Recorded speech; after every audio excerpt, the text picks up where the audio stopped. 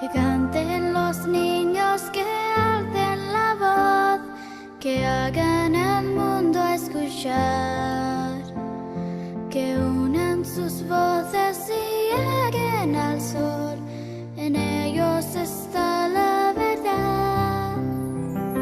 Que canten los niños que viven en paz y aquellos que sufren dolor, que canten por esos que no cantarán porque han apagado su voz. Ay, Tania, gracias por estar aquí. Mira, les vamos a contar a nuestros amigos entrañables, bienvenida, mil gracias. Esa canción de introductoria, de presentación es porque hoy vamos a tener una charla linda. Yo quiero contarles a la gente que yo he conocido a Tania. Vamos a contarle un poquito, lo voy a contar, Tania, dónde nos conocimos. Hay gente que uno conoce, Tania, y uno siente que la ha conocido de toda la vida. Eso a mí me pasó cuando yo te escuché en Clubhouse o en Clubhouse, como decimos en Latinoamérica. En Clubhouse le contamos a la gente y de paso lo promocionamos. Es la nueva aplicación de audio que lleva como un año y medio, pero que realmente a Latinoamérica llegó entre junio y julio, porque lo ampliaron al sistema Android, que realmente la mayoría de nuestros países, por cuestión de acceso, tienen el sistema Android.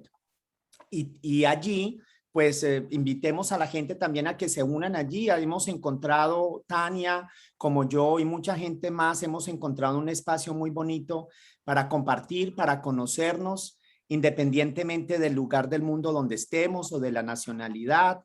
Y nos hemos encontrado ahí para hablar unos temas muy bonitos.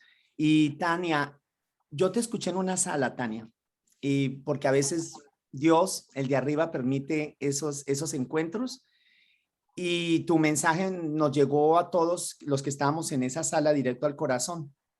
Bienvenida, Tania. ¿Qué tal, Carlos? ¿Cómo estás? Qué gusto saludarte y pues estar contigo en este espacio tan, para mí he aprendido mucho de ti.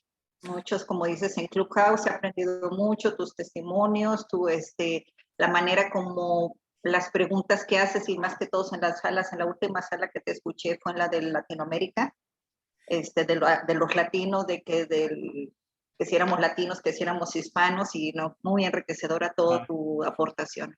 Contémosle, sí, Tania, mira. Y más en todo sí. En este espacio, amigos entrañables, y para los que no saben, voy en mi segunda temporada y Amigos Entrañables es un espacio, soy comunicador, Tania, de verdad, tanto de nacimiento, sentí que era comunicador como el que nace para ser doctor, pero también me preparé y fueron muchos años los que he trabajado en medios tradicionales, pero como tú, como yo, inmigramos a Estados Unidos y guardé mi parte de comunicaciones, pero este año de pandemia la retomé a través de esta magia que nos produce las nuevas redes sociales y nos permite acercarnos y conocernos más el uno al otro. Gracias, sí, hablemos, le contamos a la gente que teníamos una sala hermosa de latinidad para hablar de la importancia de unirnos como hermanos latinos. Estamos en Estados Unidos y aquí ya no somos colombiano, mexicano o boliviano o argentino. Aquí nos tenemos que sentir todos que somos uno solo, ¿no? ¿Cuántos años tienes tú de inmigración, Tania?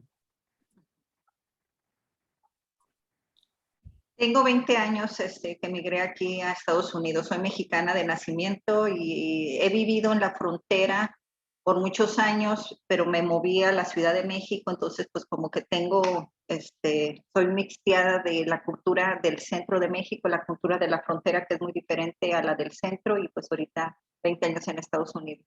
Ah, espérame, pero te entendí. Entonces dice que estuviste inicialmente en Ciudad de México. Entonces tú no eres chilanga.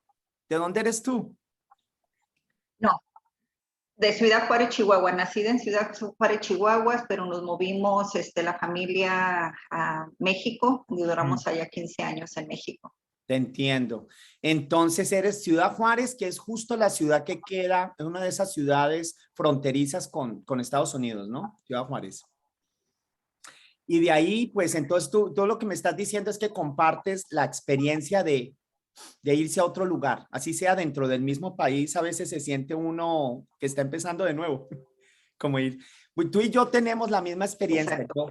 Yo como colombiano estuve un tiempo en Ciudad de México y para mí fue mágico conectarme rápido con mis hermanos mexicanos, porque es que al final somos uno solo. Pero bueno, como tú y yo decidimos en algún momento inmigrar y dar el paso, cruzarnos al otro lado, ¿no? Y tú te simplemente pasaste de Ciudad Juárez a El Paso. Quiere decir que has estado todo el tiempo en El Paso, Texas, ¿no? Sí, correcto. Antes de empezar nuestra charla, porque tú tienes unas historias que nos vas a contar, unas historias de frontera y de esos latinos que queremos pasar la frontera en busca de un futuro mejor. Te puedo preguntar qué te llevó, es decir, fue mucho tiempo en un lado y en el otro y en algún momento, ¿qué te llevó, si te puedo preguntar, qué te llevó a decidir un día vivir del otro lado?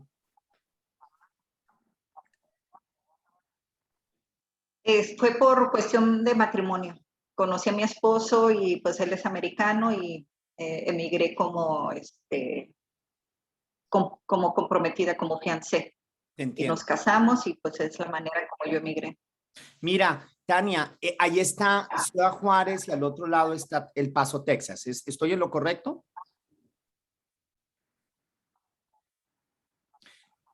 Simplemente cruzaste Sí, estamos pegados, 5 minutos. 5 minutos, pero son 5 minutos donde uno siente que uno pasa a otra dimensión. ¿No te parece? 5 minutos Correcto, del lado mexicano, correcto. 5 minutos americanos. Y es como que pasara uno a otro mundo, a otro universo. Sí, correcto, la infraestructura. ¿Qué fue lo más Sí, sí, la difícil? infraestructura, hasta los modales nos cambian. Eh, Ya no tiramos la basura en el paso, hasta los modales nos cambian. si ves, es que automáticamente nos cambia la manera de Como pensar. dicen, ¿cuánto cuesta? Sí, correcto. Eh, Mira, entonces tú fácilmente te puedes identificar con muchos de nosotros, pero sobre todo ahorita están en este momento en las noticias, en todas partes, más que nunca, porque siempre ha estado. Hay un problema que en este momento están en las imágenes de la televisión, las noticias, y es la frontera, pero especialmente vamos a hablar hoy de los niños que llegan a la frontera. Tú, como inmigrante, ¿en qué momento te conectaste con los niños que cruzan la frontera? ¿Cómo llegaste ahí? Porque es que tú recibes en tu casa niños que están cruzando la frontera. Cuéntanos un poquito de eso. ¿Cómo llegaste a eso?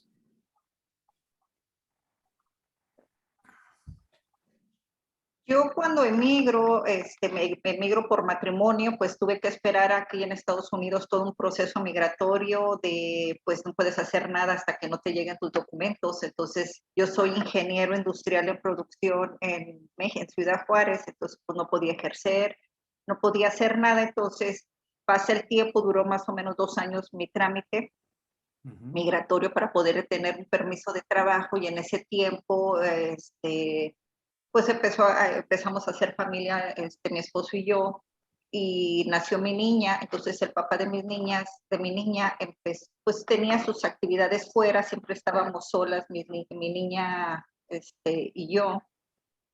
Y preguntando, yo quería compañía para ella, o sea, yo quería niños en mi casa porque estábamos solas, o sea, yo totalmente 24/7 con la niña.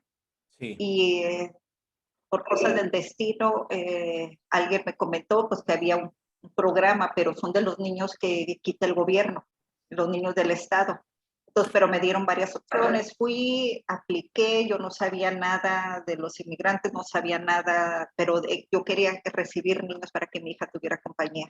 En ese tiempo mi niña tenía 6 años. Y fue la razón en que empezamos a recibir niños y me fui. Fue un cambio, en junio comienzo yo, fue un cambio total de mi vida. Al momento que yo entro al programa fueron muchísimas certificaciones, son más de 100 horas de entrenamientos. En el momento que yo empiezo a recibir los primeros niños, mi vida cambió totalmente, puedo decir, totalmente. Esto ¿qué año, si me permite, qué año fue esto cuando tú decidiste abrir tu casa a tener niños? En el 99, 99. En No, el no, 90, 2009, 2009. 2000. Ok, en el 9, sí, en el 2009. Ok, 2009. Primero, te quiero dar las gracias de latino. Aquí voy a representar yo a mis latinos y qué bonito y qué bien habla de ti. Aquí nos estamos echando elogios mutuos, pero creo que es necesario reconocer que no todo el mundo abre la puerta de su casa a otras personas, no porque a veces no es que no queramos, es que a veces también es un poco inseguro, ¿no? Pero tú dijiste, yo quiero recibir y acoger niños en mi casa para darle compañía a mi hija y de paso estabas haciendo una bonita obra. Estos son más de 2009, llevas más como alrededor de 10 años con este programa, formando parte del programa. 12, 12, 12 ya, para ser 12 claro, años, ya cumplí. para ser más exacto. Ok. Quiere decir que tú vas y te registras y en algún lugar, en inmigración, ¿nos puedes contar un poquito de ese proceso? ¿Cómo lo hace? ¿Cómo lo buscaste? ¿Cómo llegaste ahí? ¿Y qué Sí, piden? sí, la persona que me dio la información es parte del sistema de Estados Unidos porque como siempre estábamos solos, yo empecé a buscar ayuda para mi hija en cuanto a que terapia de habla, no porque lo necesitara, sino que me decían, en el radio escuché que si los niños de 2 años, 3 años ya necesitaban hablar 300 palabras, yo decía, pues mi hija no habla eso, entonces se comencé, pues mi hija tal vez no conocía yo niños, en mi familia no había nada de niños, entonces yo empecé, ya vinieron a la casa, practicando con ellos, sabes que pues quiero compañía, esta persona trabajaba dentro del sistema de niños del estado, ahí fue.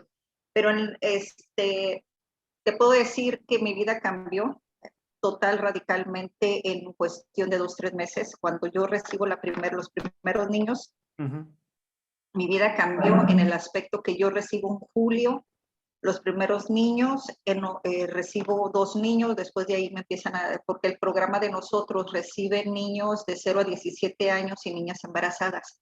Ese es el rango que nosotros manejamos. Entonces, en octubre, el 6 de octubre, yo tenía 2, 3 meses en el programa, me llaman y me dicen, ¿sabes qué? Hay una niña que acaba de cruzar la frontera, tiene 2 años, parece que la abuela está pidiendo asilo político porque acaban de matar a sus padres, ¿puedes recibirla? Y yo, sí, ¿Recuerdas de claro que dónde sí. venía esa niña? La frontera son... Sí, Ciudad Juárez, mexicana. Ok, Ciudad Juárez, mexicana, en una parte de la frontera de aquí mismo, de Texas, Chihuahua. Cuando yo recibo a la niña, no sé, o sea, hubo una conexión total y absoluta con esta niña, tenía 2 años, 2 meses, cuando la recibo a mi casa, resulta que encuentran ya a su mamá, pero a su mamá y a su papá ya desafortunadamente, pues el crimen organizado había, pues, tomado sus vidas, el crimen organizado.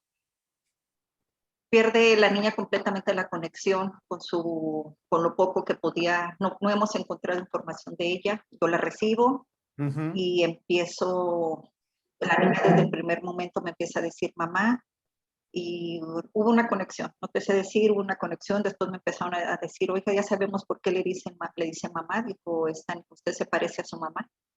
Oh. Entonces empiezo yo a buscar la manera, pasa 1 año que está dentro del programa de migración, entonces hablo yo con los abogados y se comienza, pido yo por favor la adopción, me dicen que en un programa federal no hay adopción, no, mi niña es la segunda niña a nivel federal que se da en adopción, no hay adopciones.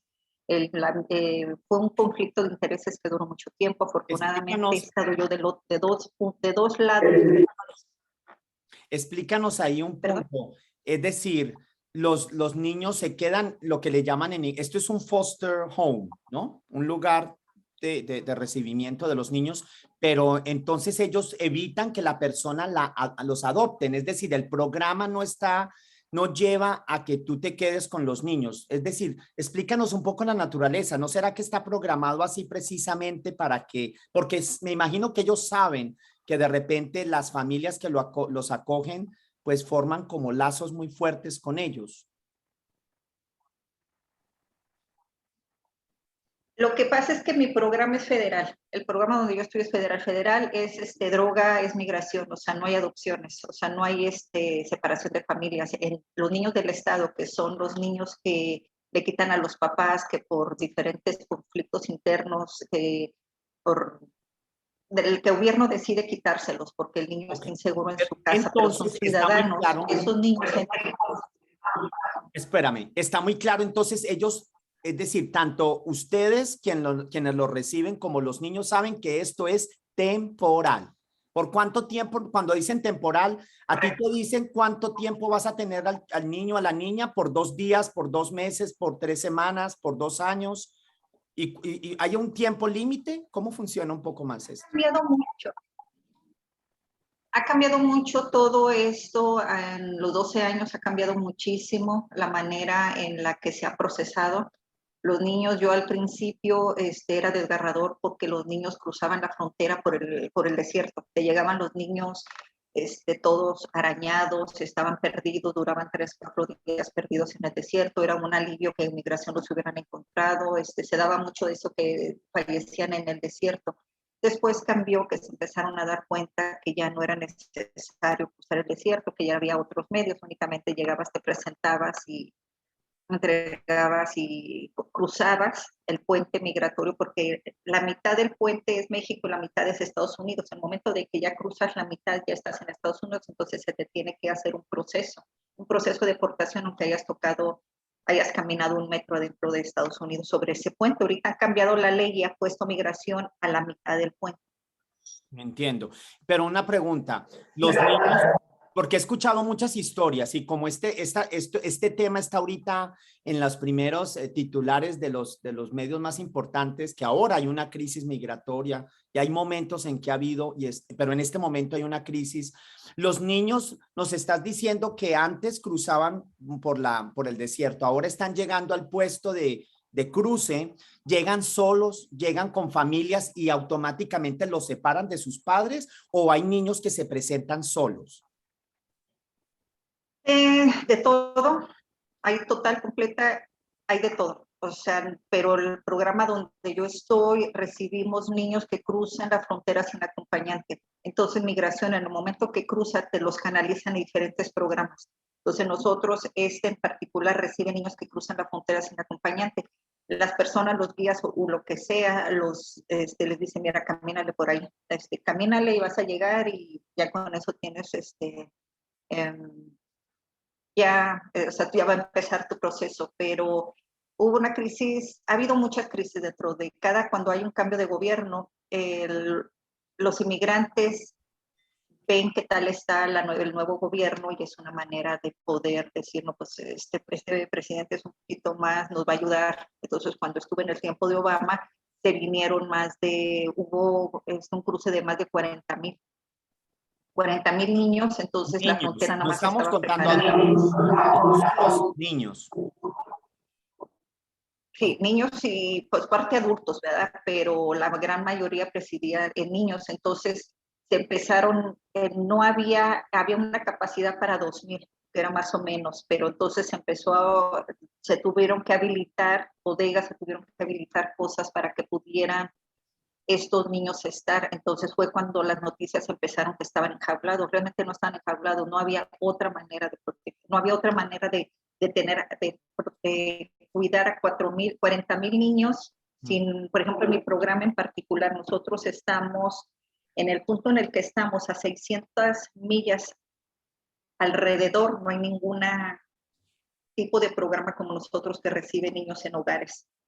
Entonces había una cantidad muy limitada para recibirlos. Entonces cuando se viene esa cantidad en el 2016, creo que fue, se vino una cantidad al extremo. Entonces las noticias comenzaron a decir que estaban pues enjaulados, pero realmente no era eso, se les habilitó lo mejor que se pudo bajo las circunstancias de la manera ¿Cómo se como presenta? llegaron y no estábamos preparados para recibirlos. Tania, Pero Tania, entonces, te hago una pregunta. Tú nos estás diciendo entonces que como esto es cíclico, pero sí tiene que ver mucho la política de la persona que está, no nos vamos a meter en política, pero tú sí, tú que vives allá, tú que formas parte de este programa, tú nos dices que sí se ve una subida o una bajada según la persona que esté en el poder en ese momento en Estados Unidos. Es real. correcto. Ok. Sí, van midiendo la temperatura, pero también no es, desafortunadamente son personas, por ejemplo, antes el niño se venía, ¿verdad? Entonces después se empezó a difundir en las redes sociales, ¿sabes que a tal hora, tal día vamos a salir? Entonces cuando se han venido las caravanas. Entonces sí ha sido, ha habido de Las todo. redes sociales cambió, transformó esto. La gente se contacta y les dicen cómo, cuándo, dónde y qué está pasando. Oh, wow. Correcto.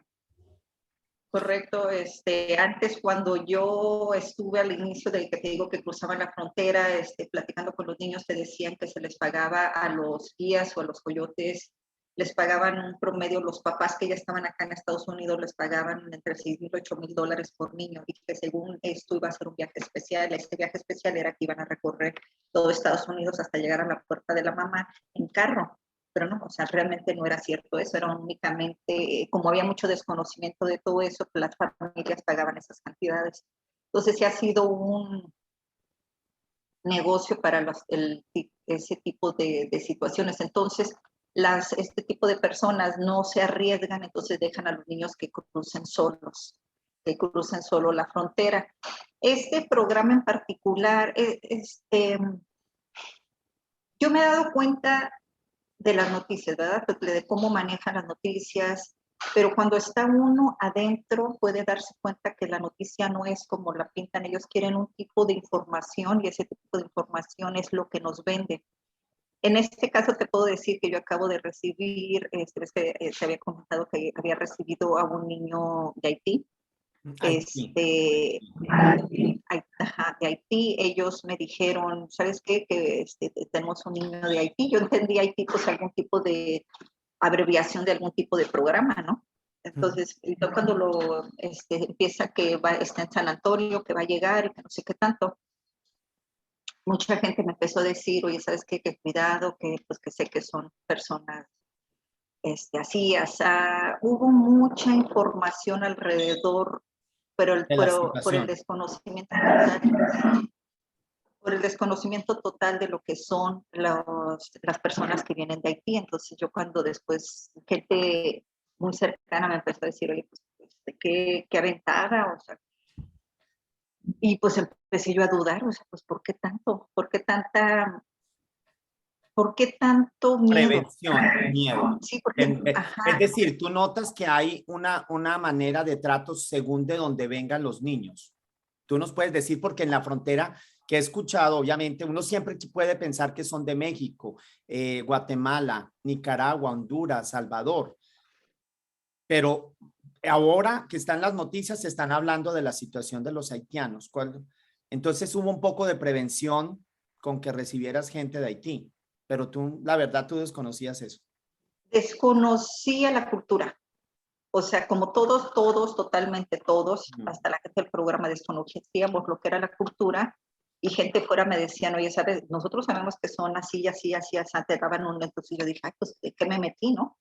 Pero no, yo, o sea, yo dije, yo no tengo, mi casa está abierta, y lo acepté, y perfecto, yo no tengo ningún problema. Yo me acuerdo haber escuchado algunas veces, creo que tienen como 2 meses en México, y que ellos pedían pasar, déjenos pasar, déjenos pasar. Entonces ves un tipo nada más un tipo de panorama, ¿no? Pues lo ves a las personas pues cansadas, frustradas, y te manejan, miren, están muy molestos, pero no te dicen la razón. La noticia no te dice la razón del por qué están molestos, no te dicen cuánto tiempo tienen sin comer, en dónde están durmiendo y todo eso, porque México no está preparado está preparado para el cruce, pero no está preparado a que la gente se quede dentro de su país.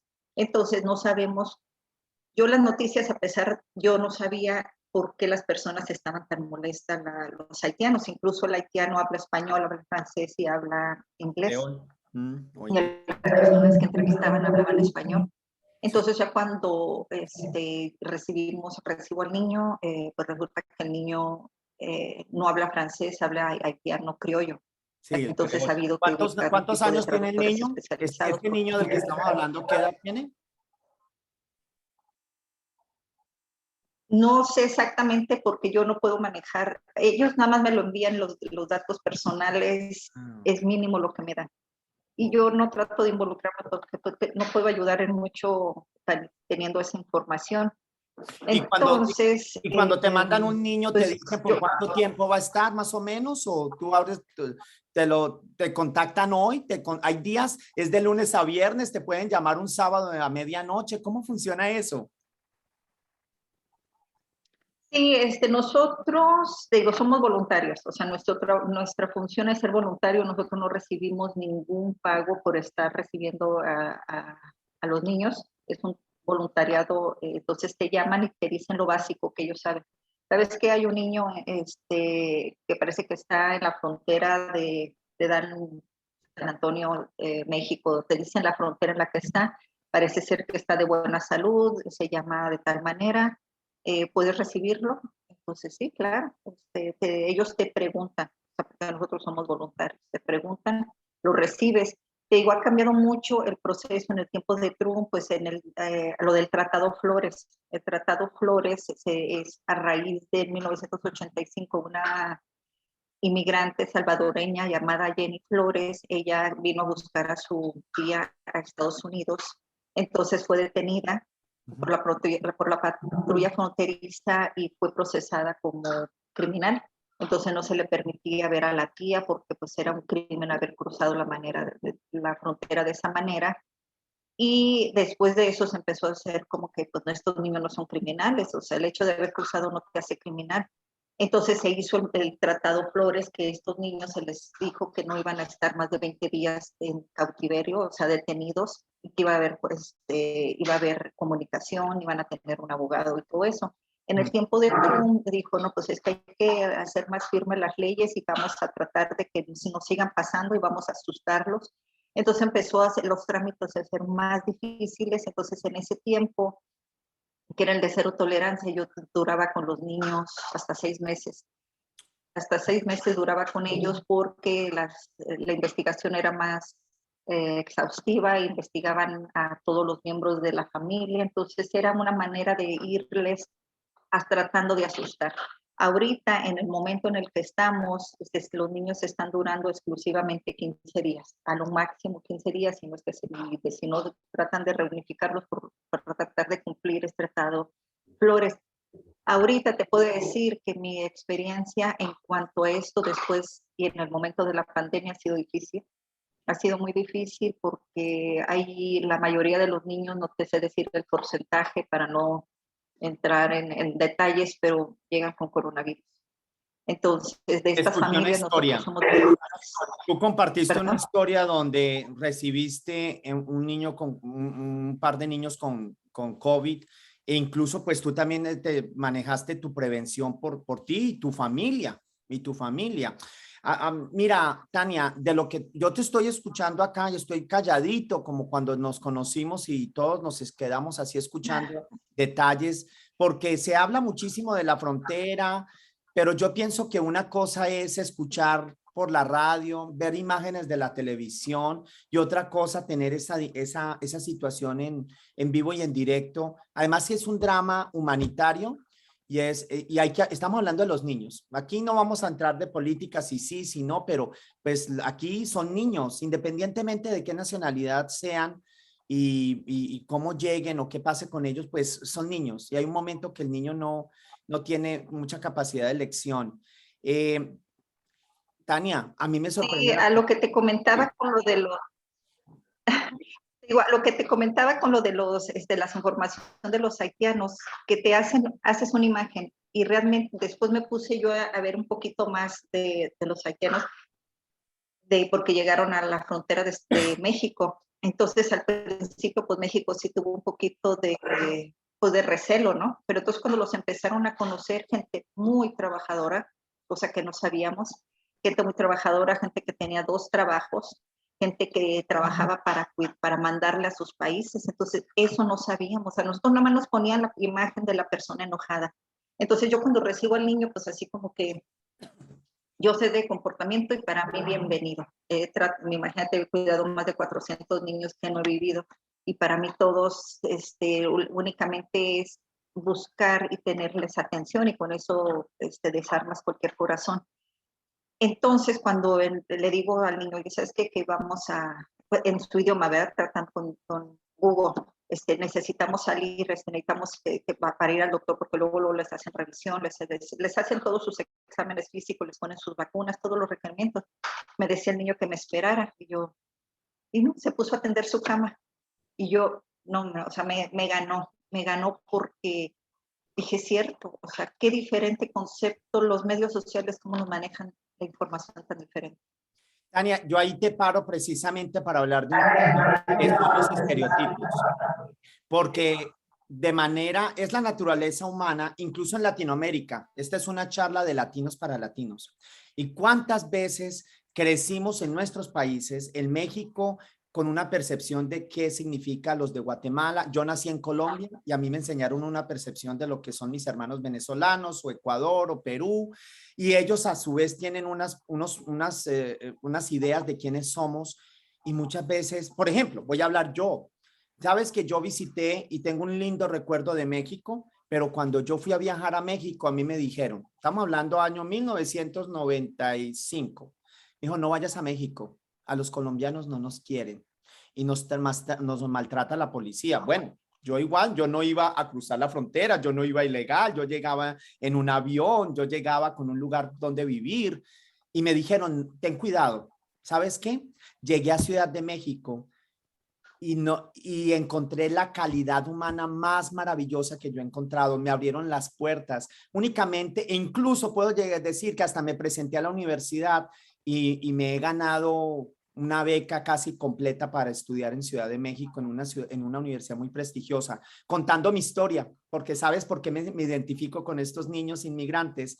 Mi papá y mi mamá murieron. Mi papá murió cuando yo tenía 10 años en Nueva York. Claro, era otra situación, obviamente, porque fue muerte natural. Mi papá iba y venía de Estados Unidos a Colombia.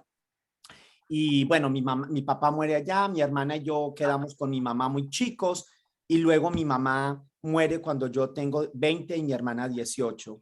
Y entonces yo me voy para México y estoy hablando del tema de las percepciones, porque la persona, yo lo voy a contar acá, tengo una prima maravillosa que tan pronto muere mi mamá asume como una prima mayor, más grande, como dicen en México, y ella asume como un rol de mamá.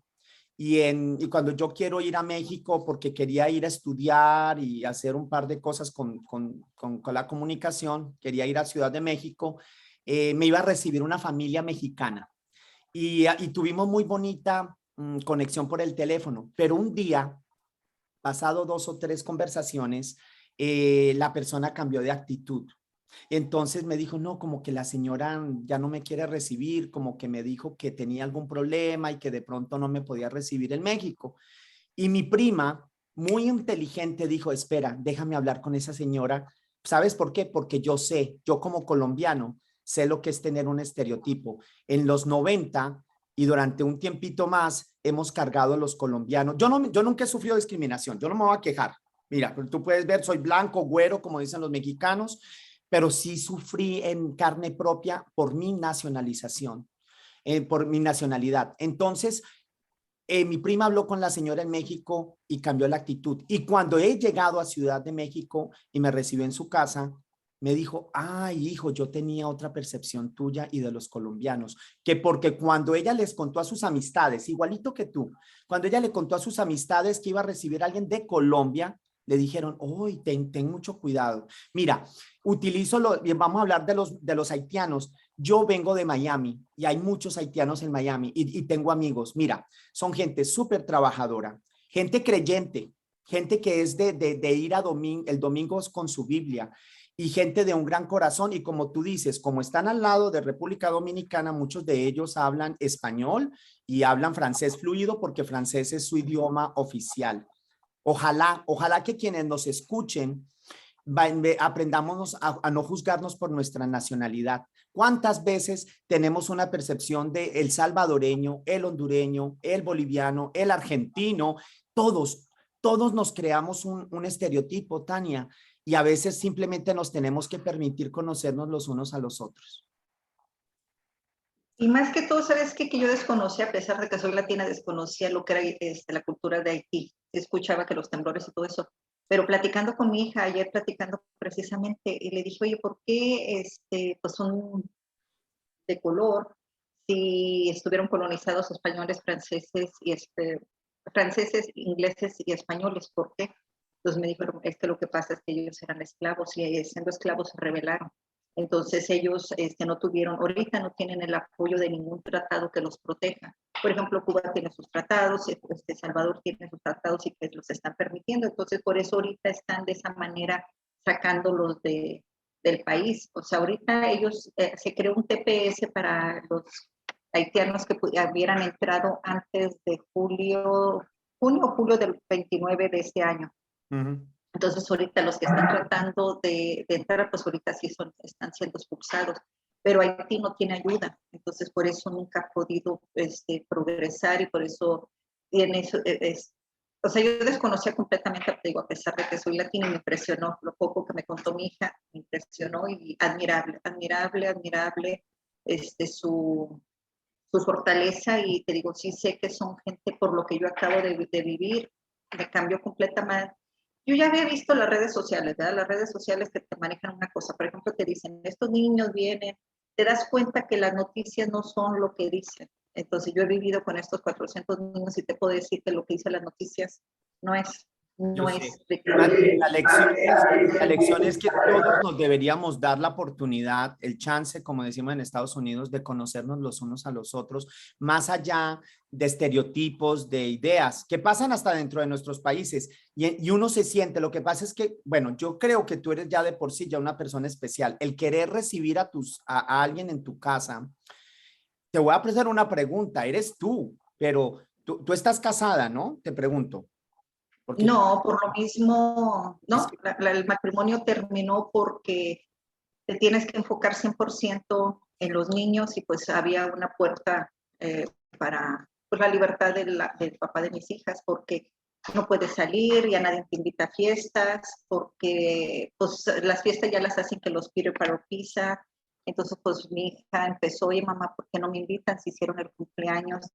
Ya no tus amistades, hay mucha regla para poder, la gente que te visita tiene que tener revisar su récord criminal, tienen que entregar una licencia, tienen que revisarles prueba de tuberculosis. Entonces pues ni siquiera mi familia me puede visitar. Entonces se perdió mucho la conexión con el medio exterior. Entonces te puedo decir que en el ámbito he tenido muchísimas satisfacciones con estos niños, pero ha sido una vida completamente relegada, porque también hasta tus mismas amistades pues no te invitan, o sea, ni siquiera pueden venir a tu casa y no te invitan por lo mismo de que pues son niños que no siguen reglas, son niños que algunos traen pues muchas enfermedades físicas. Entonces ha sido...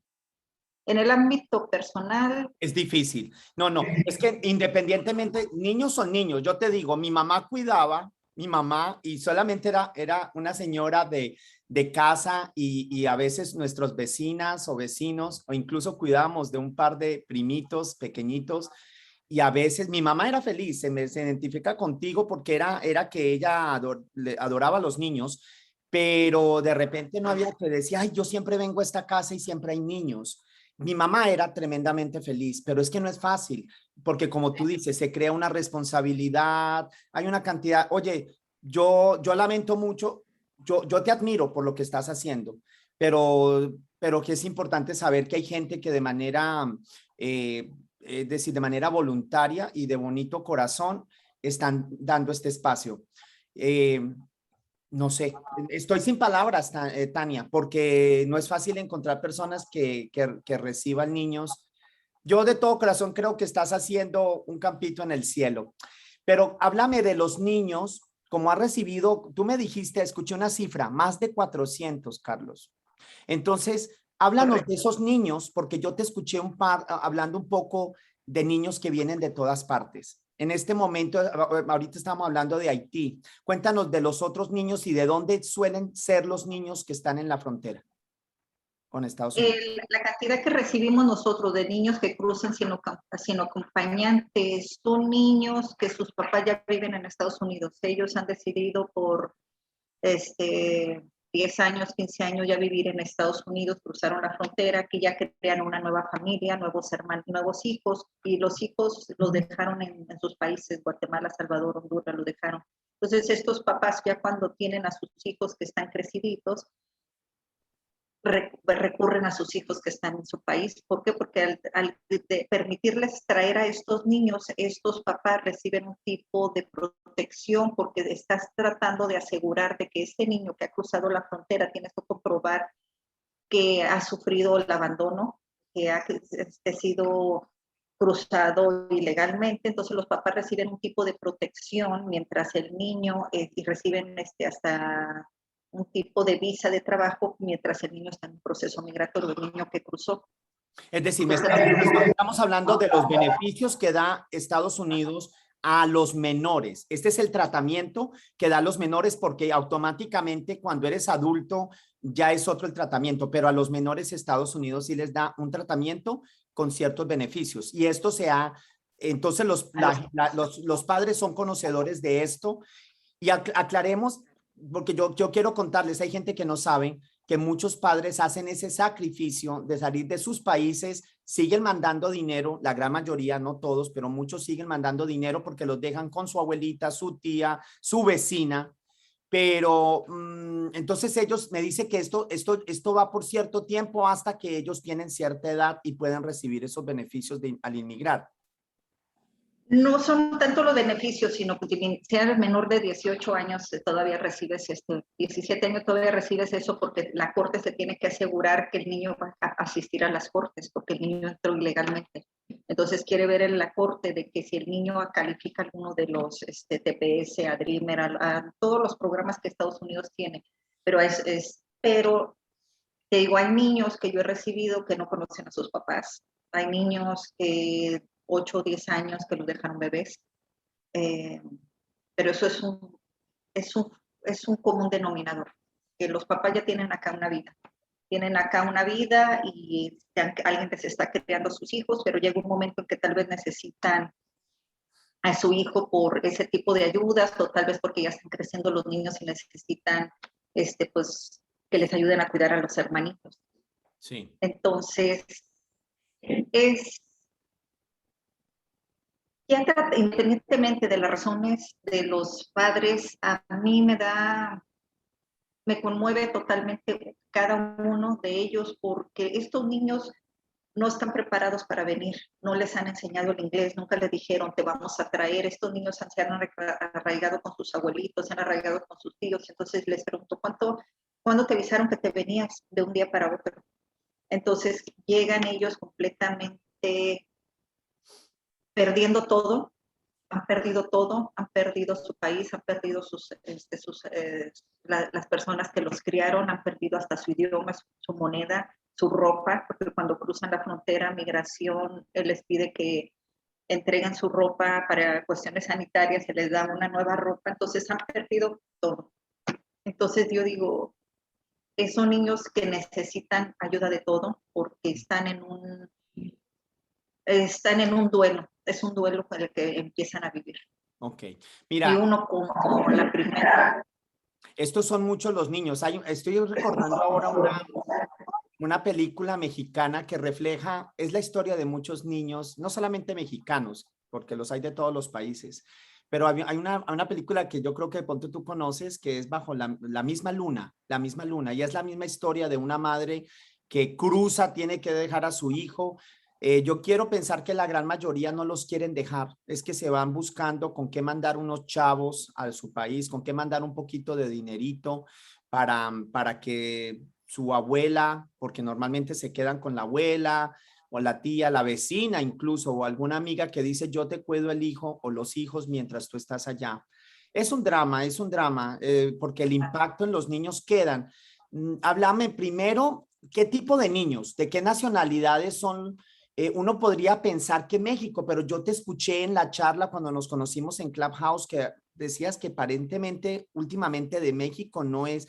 Tú empezaste esa primera niña en el 2009, era mexicana, pero ¿de verdad hay muchos mexicanos en la frontera o son más de otros países? Háblanos de esa demografía. ¿De dónde vienen esos niños que están en la frontera? Los que cruzan, 40% es Honduras, 30% Salvador, 25% Guatemala, y el resto, que serán unos 5%, te puedo decir que son mexicanos. He recibido a lo mejor un niño de Brasil, he recibido 3 niñas ecuatorianas, y pues ahorita la situación con el de Haití, o sea, 40% es Honduras. Ok, es una situación muy de Centroamérica, Honduras, Salvador, Y Guatemala. Guatemala, hasta Uno ahí. podría pensar que mexicana, pero tú mismo me dices, aunque en los 10 años más o menos ha sido siempre lo mismo, o tú has notado que en algún momento México hay un número más elevado de niños mexicanos, o realmente tú dices que son pocos los niños mexicanos que tienen esa situación en la frontera. No hay mexicanos, será un 1%, 1 o 2% de mexicanos. Incluso en Clubhouse estaba escuchando a ahorita me acuerdo, este periodista Rincón. Ahorita me acuerdo, es un periodista que también entró a Clubhouse, y pues estuvimos charlando con él. Entonces yo, entre las preguntas que le hacía, que para mí la migración es algo cultural, porque para nosotros los mexicanos el hecho de que salgas y no te lleves al niño, te vas a la tienda sin el niño, ya eres una mala madre.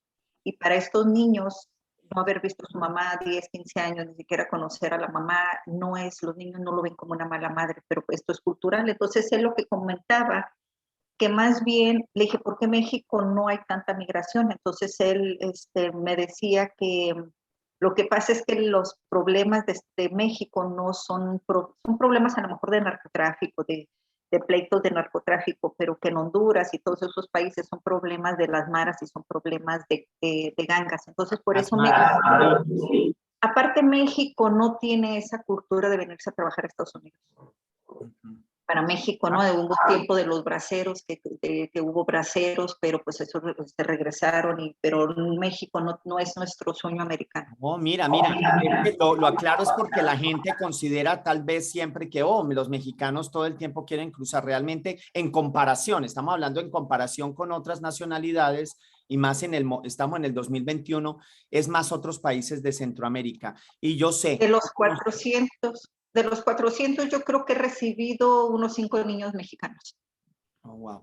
Podrá ser como tú dices, idiosincrasias, manera de ser, porque yo también sé que muchas de estas padres en Honduras, en Guatemala, es que a veces ellos no tienen opción y se desprenden de su hijo y prefieren mandarlo a un lugar. Yo tuve un chico en la Florida, realmente no hay muchos, pero ya empiezan a llegar más, y tuve un chico de Guatemala y simplemente me dijo, vine solito, mi mamá se quedó y mi mamá me dijo, te tienes que ir porque allá ya está tu hermano mayor, como tú dices, siempre hay alguien acá que los recibe. Ellos tienen que tener siempre un familiar, el que sea, un hermano, una tía, alguien, la vecina, la amiga de la amiga, alguien que se hace cargo. Entonces ellos los mandan para que crucen la frontera, los mandan con todos los datitos de quién es, todo esto.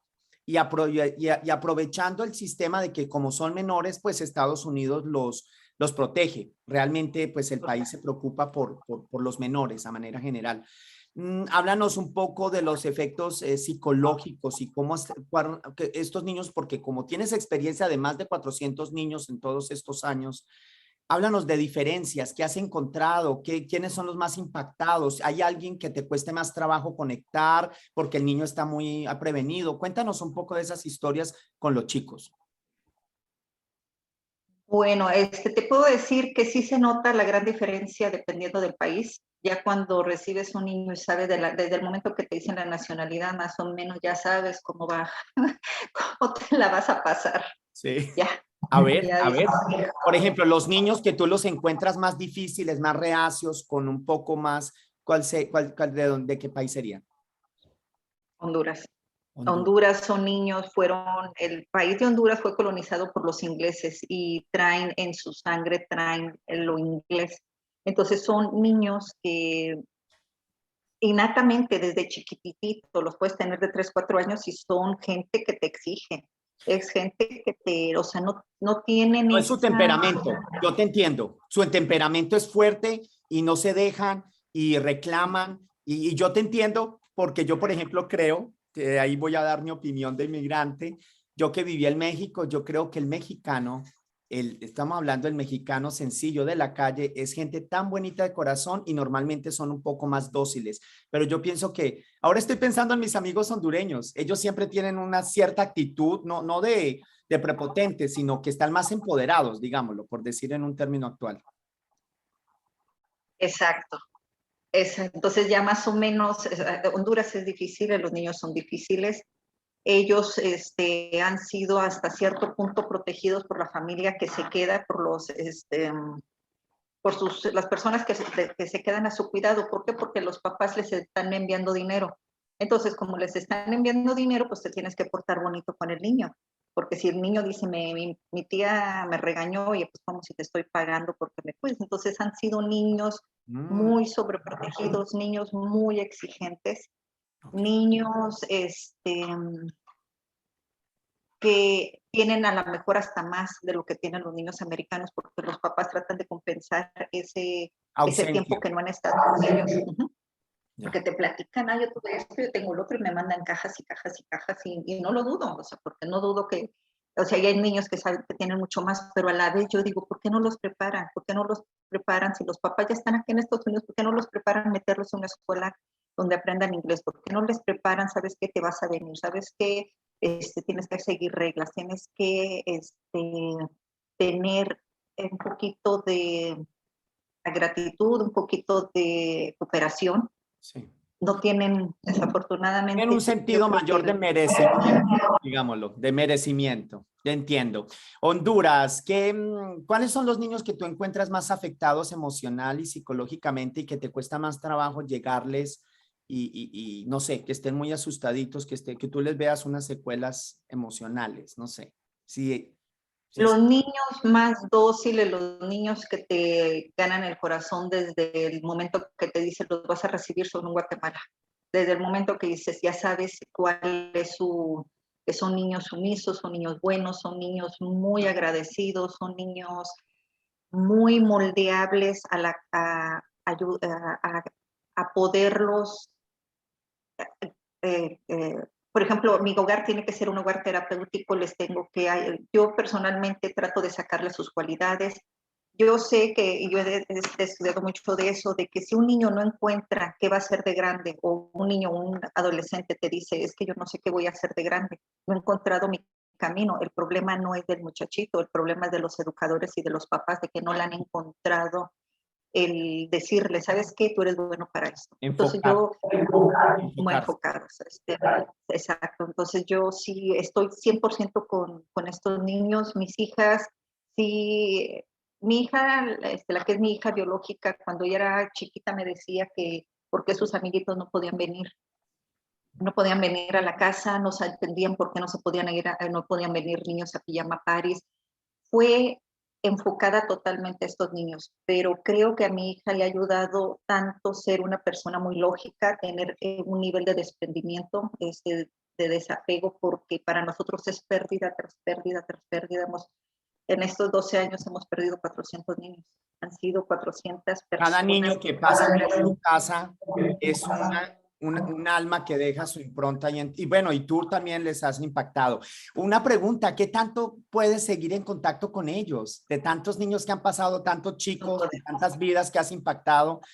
Pues, estás en contacto con algunos de ellos? No podemos darles teléfono. A nosotros nos avisan a las 6 de la tarde, sabes que se van los niños a las 4 de la mañana. No hay un tiempo de desprendimiento, no hay un tiempo de despedida, no hay un tiempo de duelo. Entonces mi hija, ella me dijo, ¿sabes qué, mamá? Yo ya no me voy a involucrar con los niños porque para mí es muy doloroso ni siquiera saber qué va a ser de su vida. Ni siquiera voy a saber qué fue de ellos. Hay 2 niñas que ellas me buscaron a mí por las redes sociales. Incluso yo no puedo tener redes sociales por lo mismo que pues te piden que por diferentes cuestiones de sus países, de los niños, tenemos que tener cierta privacidad. Entonces apenas ahora con Clubhouse abrí mi Instagram, pero esta niña, una de las niñas empezó ella de esos lugares a donde pagas para que te localicen a las personas. Entonces esta niña, duré 6 meses con ella y Te ella me rastreó. localizó. Ay, qué hermoso. Yo logro entender. Mira, el universo me puso en contacto contigo porque yo te conté de mi mami, y logro entender, bueno, mi mamá no tenía ni formaba parte de ningún programa como el tuyo. Yo no me imagino lo que es tener en tu vida y en tu recuerdo emocional el paso de 400 personas por tu casa, son niños. Pero yo te puedo decir, yo puedo entender lo que pasa a tu hija, porque cuando yo era pequeño y mi mamá cuidaba de los niños, nos encariñábamos tanto mi hermana y yo, que no volver a ver al niño, y era a veces, te puedo decir que era hasta mi primito que lo cuidaba y de repente ya había crecido, ya no lo teníamos en casa, era una pérdida. Ese niño ya, todavía tengo mi primo pequeño, Juan Manuel, que estuvo mucho tiempo en nuestra casa mientras para que sus papás pudieran trabajar, lo llevaban de lunes a viernes, por supuesto, pero uno emocionalmente crea lazos, crea lazos. Y yo entiendo a tu hija, emocionalmente, ¿cómo has hecho tú para ayudar a los niños? Pero a ver, ¿quién te ayuda a ti? Porque es que esto es una tarea. Tú me estás diciendo, no sé si te entendí bien, pero parece que hasta te costó un poco el matrimonio, creo, ¿te entendí o estoy exagerando? Claro. Me costó el matrimonio, no he podido tener una relación porque o sea, nadie, oye, pues vamos a comer, no puedo, traigo niños. Vamos a ir a bailar, no puedo. Voy a ir a tu casa, no puedes. Porque necesitas que te hagan todo el chequeo y, o sea, ha sido, ha sido difícil, muy difícil en el ámbito personal, ha sido muy difícil. ¿Quién me ayuda? Yo busco mucho leer, busco información, busco terapia.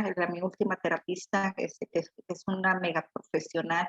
Afortunadamente tuve la suerte de que tiene maestría y tiene doctorado en salud mental, entonces tuve la super fortuna que me tocara ella como terapista, está haciendo sus horas. Pero yo por la función que yo la busqué era para encontrar un propósito de mi vida, porque mis hijas, la mayor ya en este año se va a la universidad, la chiquita tiene 14 años y ella que se va a ir a las Fuerzas Armadas. En Estados Unidos están los hijos preparados para los 18 años irse.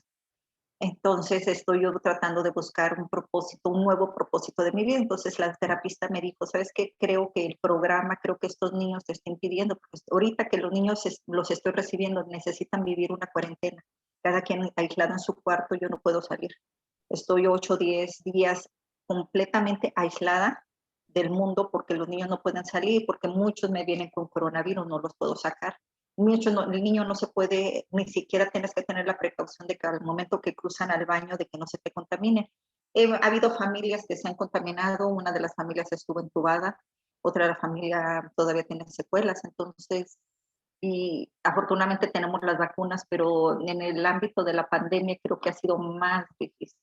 Entonces la terapista sí me dijo, ¿sabes qué? Pues necesitas buscar otra cosa, pues por mínimo, o sea, no vas a poder hacer vida con esto. Me quedé pensando, pero después me quedé pensando, digo, estos niños son mi compañía, estos niños, el poderlos formar, el poderlos enseñar. Recibí un niño que tenía 12 años, no sabía leer ni escribir en el tiempo que yo estuve. Para mí, yo quise enseñarle a leer y escribir. Los 15 familias restantes que estamos en este programa son personas ya mayores que ya tienen su casa desocupada de hijos y su marido ya no trabaja. Entonces ellos como que es más que todo algo más rutinario. Para mí no, para mí estos niños yo doy mi vida por ellos. Claro. Veo que lo has hecho un motivo de ser. Yo te voy a hacer una pregunta y no sé si la encuentro un poco personal, Tania, si me permites, y gracias por abrirme tu corazón y si la puedes contestar bien y si no también. Eres una mamá. Eres una mamá. Yo tengo una serie de conversaciones. Eres una mamá en toda la extensión de la palabra, literal, no sé entre tu hija. Yo te pregunto, porque la labor que estás haciendo es maravillosa. ¿Tú crees que hay alguna herida tuya? Porque eres una mamá. 400 niños es duro. No sé, te pregunto. No entendí. Y, y No el te hecho entendí. de ser esa tremenda mamá, porque eres una super mamá, pero yo espero de todo corazón que no esté, porque veo que te ha llevado a unos puntos hermosos, pero espero que te cuides tú también, tú, porque eres una mamá y ahorita que ya se van tus hijas a estudiar y que ya van saliendo, yo sé, el lidiar con el duelo, si hay alguna herida que tú, porque te haya llevado a convertirte en esa tremenda mamá, no sé, a veces uno termina siendo, los que se hacen médicos, a veces es que perdí a mi papá, me hice profesora porque siempre quise aprender y no había escuelita en mi pueblo. ¿Hay alguna historia de que te conecte a ti, te haya hecho sacar ese lado tan maternal tuyo? Sí, no, mi abuelita era un ángel y ella ayudó a toda su familia. Yo me acuerdo cuando estábamos chicos que nos sentábamos, que mi abuelita nos cuidó, porque mi mamá trabajaba en la Ciudad de México, entonces tenía que salir muy temprano, iba a la UNAM y después trabajaba en recursos hidráulicos, en la Secretaría no, en recursos hidráulicos, entonces era salir desde muy temprano hasta muy tarde. Mm. Entonces me acuerdo, mi abuelita siempre nos trataba de dar lo mejor en la cuestión de conocimientos. Entonces cuando terminamos de comer nos decía, que había leído tal cosa, que había leído la Biblia, que había leído a Job, y luego nos platicaba de los niños de África. Y yo decía, cuando yo crezca quiero agarrar un avión y traerme muchos niños de África. Y se me olvidó. Y después un día, de repente, como me llegó como un flashback, o sea, eso que dije de niña se me cumplió. Sí, sí. Eh, ¿Cómo has hecho? Tú hablaste, yo te escuché en la conversación de cómo los niños es un duelo y estos niños han tenido muchos duelos. Yo te escuché que estos niños experimentan mucho ese desapego. No sé, ¿recuerdas que tú comentaste algo? Como la defensa que ellos tienen, como que están acostumbrados a pasar aquí y acá, pero tú no crees que eso una marca. Los niños, ellos son niños muy resilientes. Los niños son muy resilientes, ellos me platican que duran hasta 1 hora caminando para llegar a sus escuelas. Aquí mis niños tienen que ir en carro, si no ya te pueden acusar de abandono. Entonces, estos niños son muy resilientes, ellos cuánto tiempo tienen cruzando la frontera, dejando sus abuelitos, dejando su ropa, dejando sus cosas. Entonces, son muy resilientes estos niños. Entonces, yo quiero formar recuerdos en ellos. Por ejemplo, la última niña que tuve, ella tiene 6 años y de Guatemala, se comió una manzana y se comió una manzana y se le cayó su primer diente. Entonces le dije, va a venir el ratón de los dientes. Entonces no entendía a qué me refería. En la noche le No se les. dejé, sí, le dejé sus $5. Al día siguiente, a los 2 días, comió otra manzana y se le cayó el otro diente y le dejé otros $5. Entonces el niño que estaba me decía, a mí me han dicho que el ratón de los dientes no existe. Le dije, sí existe. O sea, yo quiero... En tu casa existe. Ajá, en mi casa existe, exacto. Yo le dije, en mi casa existe. Entonces, para mí, yo quiero formar recuerdos. Ese es mi trabajo. Creo que me ha faltado mucho con mis hijas, mucho. Si platico con ellas, podrás decir que soy una supermamá, pero a mis hijas les faltó demasiado. Mis hijas no podían jugar con los niños, que los niños querían, que estaban enojados y que no querían ver a mis hijas se tenían que alejar. O sea, mis hijas les faltó su mamá. Mira, gracias por eso. Y hay gente que nos va a escuchar esta charla y gente que no lo va a entender. Pero ¿sabes por qué yo sí lo entiendo? Porque resulta que yo en Estados Unidos me convertí en educador, soy comunicador, pero pasado un par de años rápido pasé a la educación y en la educación y mis amigas que van a ver esta charla, porque mis amigas educadoras, algunas incluso ya retiradas, ellas mismas me dijeron, Carlos, esta es una profesión en la que yo me dediqué tanto a los chicos, porque en mi caso, pues uno termina viendo, has visto unos cuantos, yo termino viendo al año 175 niños, pero mis compañeras del trabajo, por ejemplo, que tienen también sus hijas, y dijeron, Carlos, muchas veces me dijeron mis hijas, no quiero ser maestra o profesora porque te vi muchas veces pasar mucho tiempo en la escuela con la actividad con los niños. Incluso algunas les alcanzaron a confesar, le dijo, siento celos de los niños que tienes en la escuela porque te tienen más que lo que te tenemos en casa. Entonces, para aquellos que nos van a escuchar esta charla y a veces dicen, oh, yo creo que, pero es imposible. Gracias por abrir tu corazón y yo entiendo que has hecho una obra hermosa, pero como tú, hay labores que son muy entregadas.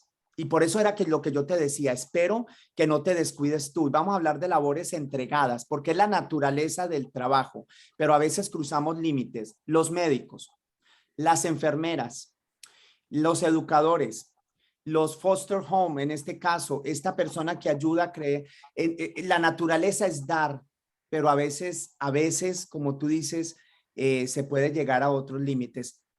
Quienes lo son, esta charla no la va a entender quienes están en estos campos, porque muchas veces hasta han tenido que poner límites, han acabado con su matrimonio, con sus hijos a veces un poco.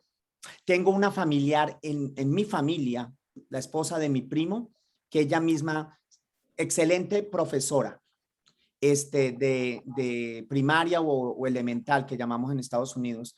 Y ella sé que una vez tuvimos, mi Jessica hermosa y yo tuvimos una charla y ella me terminó confesando lo mismo que tú, que muchas veces ella misma no pudo ir a las conferencias de padres de sus hijos y era mi primo Alberto el que terminaba yendo y se sintió a veces culpable porque estaba para los otros chicos y no para sus propios hijos. Y es lo que yo he vivido y ahorita mi hija es senior, es el número 3 de su generación, tiene muchos reconocimientos y no puedo estar con ella. Dice, no te preocupes, mamá, una vez más sola. Y eso me parte el corazón. Y desafortunadamente la agencia tiene sus intereses y no comparte nuestros intereses y necesito que me cuides al niño y no se puede. Entonces, por eso te digo, estoy en ese crecimiento en cuanto a buscar un propósito, pero por el momento ellos me han dado muchísimo, a tal grado que me han dado que me dieron a mi hija, mi hija chica, y creo que eso no tiene precio. Te entiendo. Vamos a hablar de lo positivo, de las cosas, esas lecciones, ya para cerrar nuestra charla y agradecer el tiempo que nos ha regalado para que la gente se informe un poco más de lo que es el problema fronterizo, pero particularmente los niños, los cuales son las víctimas de todos este tipo de crisis humanitarias, dejémoslo ahí. Pero vamos a decir un par de cosas que tú has aprendido y que te han dejado esos niños. Uno, ¿qué te ha dejado? Primero, creo que es súper importante como padre crear a tus hijos de la mejor manera desde el día cero, desde el día que nacen, porque no sabes al final quién te los van a cuidar. Enseñarles valores, principios, educación, a comer, porque todos los niños no los han preparado para lo que viene. No los han preparado, entonces yo digo, mis hijas, o sea, en general debemos preparar a los niños por si faltan, al día de mañana falta el cuidador, ellos se tienen que tener muchas bases. Entiendo. Yo perdí los míos y yo siento que nos prepararon para cuando ellos no estuvieran inconscientemente, porque ningún padre quiere considerar qué va a pasar con mis hijos si yo no estoy. Pero yo entiendo lo que tú dices, si les damos estructura, la idea es que nuestros hijos, si en algún momento faltamos, nuestros hijos no se caen y no la pasan mal. Muy bien. Y más estos niños, no, el 99.99 no están preparados a lo que viene. Entonces es muy difícil para ellos, o sea, ni siquiera saben decir, no saben, ni siquiera entienden el sí en inglés. Entonces sí es muy importante. ¿Qué otra cosa? Saquemos tres cosas que te han dejado. Primero, el preparar a nuestros hijos para cuando no estemos, pensando con proyección, con el futuro. ¿Qué más? La otra, la segunda es tratar de dejar recuerdos, tratar de dejar lo mayor posible de recuerdos porque los niños se van a acordar de momentos, se van a acordar de experiencias, se van a acordar de cuando les enseñaste la primera palabra, cuando aprendieron su primer canción, no se van a acordar de lo que les regalaste. Entonces yo lo que yo hago, como el ratón de los dientes, o sea, recuerdos, yo formo recuerdos. Te entiendo. Y tercera, Dejar una experiencia que es lo que uno mira atrás y lo que uno recuerda. Yo te entiendo, yo trato de hacer eso con mis estudiantes. Es algo que guarda uno de por vida porque yo tengo recuerdos de papá y de papá, mamá y personas que estuvieron a mi alrededor y los atesoro acá muy fuerte. Tercera, ¿qué otra cosa? tercera, tratar de, bueno, no tratar, encontrarles para qué es bueno el niño y ayudarle a que encuentre su profesión. Si yo veo un niño que le anda ayudando al otro, le digo, sabes que tú eres muy bueno para maestro. Y empiezo a tratar en el tiempo, mucho, poco que tengo, tratar de formarlos. O sea, es que, a ver, tú que vas a ser policía, cuídame esto. A ver, tú que vas a ser policía, súmate a ver al perro. Tú que vas a ser maestro, enséñale al perro a cómo salirse. O sea, veo su cualidad. Encarrilar y canalizar la energía, en Sí, canalizarlos. para mí, o sea, es lo principal, o sea, nadie te enseña, el programa es cuídalos, comida, esto, y llévalos a los doctores y punto.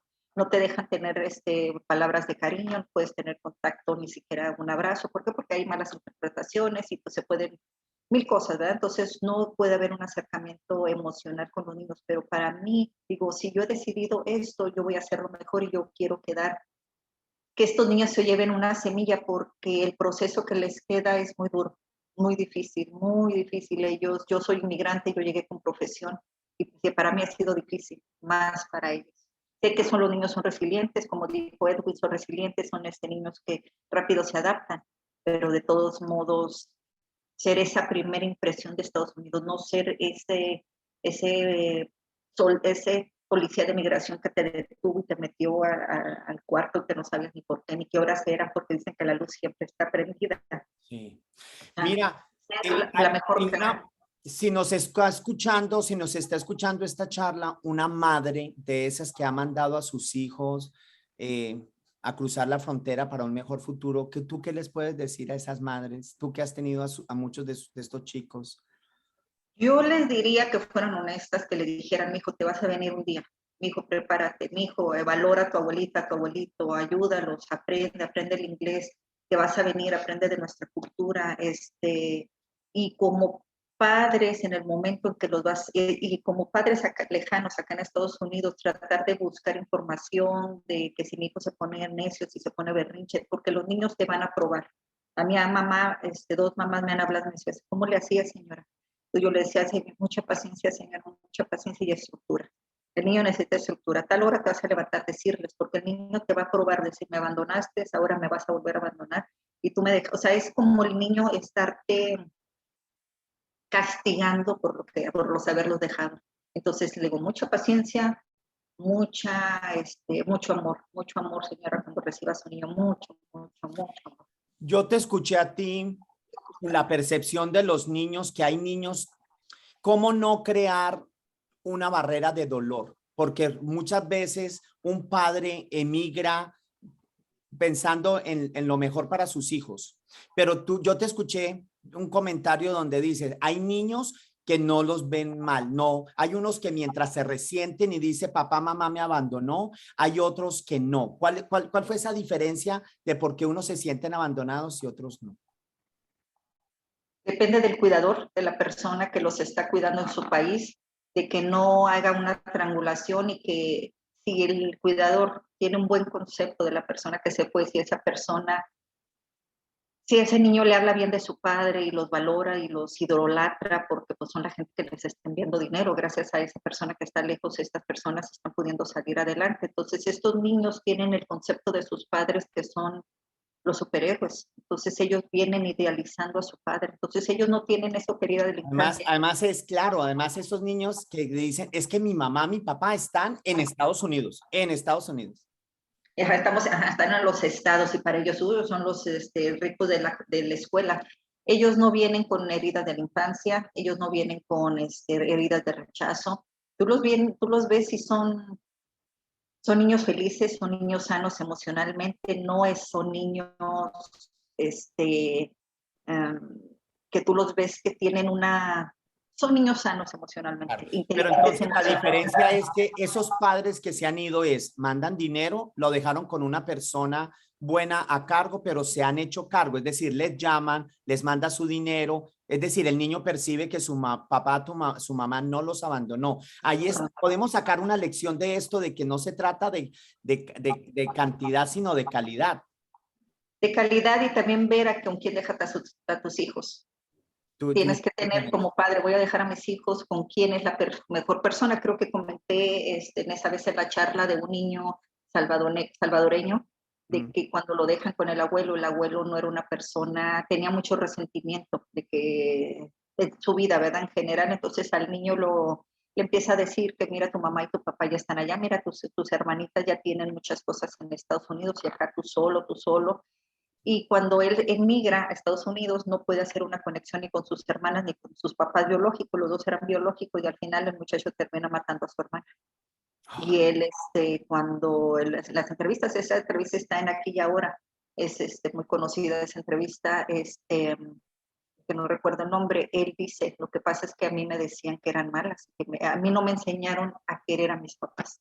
Entiendo. Y la mamá a la vez, es que yo no quiero saber nada de mi hijo, o sea, no tanto era el abuelito que envenenó, sino que la señora cortó desde mucho tiempo su contacto emocional con el niño.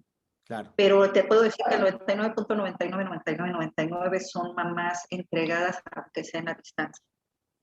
Yo pienso que esta es una lección que puede también retomar hasta los padres divorciados. No importa que ya no esté papá y mamá juntos, lo importante es que si tienes presencia en la vida de esta personita, no se crea ese dolor, ese resentimiento. En mi familia tenemos una persona que consideramos un hermano, un primo, un familiar de verdad. Realmente mi familia, como muchas familias latinas que siempre han tenido a alguien que han criado, eso nos une como latinos. Siempre tenemos un familiar que se crió con nosotros y por X o Y situación su papá o su mamá consideró que fue mejor dejarlo con nosotros, pero yo estoy reflexionando con esta relación con mi hermano que del alma, es que no se le creó distancia con su mamá.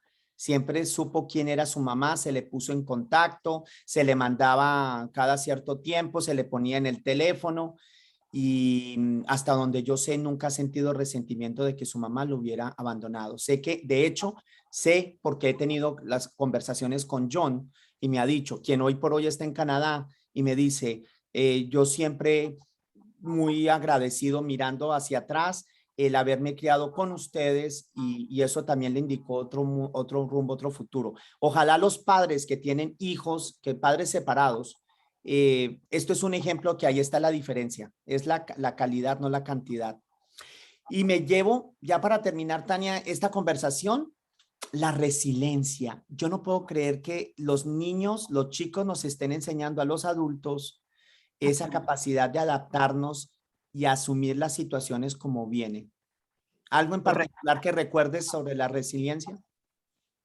Cada niño tiene una historia, cada niño, pero sí recuerdo mucho una niña que decía que no conocía a su mamá. Luego, pero mínimo en foto la conoces, tenía 10 años, me dijo, no, yo quiero conocer a mi mamá. La primera impresión, quiero conocer a mi mamá como si hubiera abierto los ojos por primera vez. Los nombres, eso te hace nudo el corazón. Entonces, todos, o sea, hay niños que te dicen muy agradecidos, niños que no pueden creer que haya agua caliente en el baño, hay niños que no saben cómo utilizar, vamos a los restaurantes, no saben cómo llenar. Lo que me ha pasado mucho de los niños de Guatemala, como lo comentabas, muchos vienen hablando dialecto. hay 27 dialectos en Guatemala, entonces he recibido muchos niños con diferentes dialectos. Entonces, el enseñarles ellos, ponerse fuertes y tratar de aprender el idioma, te impresiona. Wow. Ellos vienen a aprender, ellos vienen a crecer, ellos vienen a hacer algo en este país. Y te aprenden el español. Tenía un niño que era brasileño, solamente recibí un niño brasileño. Al final el niño se fue hablando español, ya no le entendía a su familia. Son Entonces, esponjitas, así. esponjitas. Eso deberíamos aprenderlo todos, ¿no? Tener una actitud de resiliencia, de no quedarnos con nuestros dolores ni nuestros remordimientos y apreciar lo que tenemos. Tuvimos papá, mamá, tuvimos otra experiencia, pero ellos que simplemente se han tenido un chance más en la vida al cruzar a la frontera y venir a este país maravilloso, pues ellos no se quedan en el dolor, sino han seguido para adelante y lo han convertido todo en positivo. Tania, Claro. muchísimas gracias. Y te puedo decir, el 100% de los niños es eso, el 100%, lo que tú dijiste. Gracias por tomar este tiempo. Yo sentí que había que contar esta historia. Es todavía las historias de la frontera, todavía hay muchas sin contar, porque hay muchas y hay de todo tipo. Y yo solamente queríamos escuchar la tuya, la de una latina que nos enorgullece por recibir en su casa tantos niños que de verdad te necesita. Dios te puso ahí por alguna razón y yo solamente me uno en una oración para que tus hijas reciban las bendiciones que tú les das a otros niños. Dios te cuide. Gracias por tu tiempo. Gracias. Gracias. Muchísimas gracias. Muy agradecida.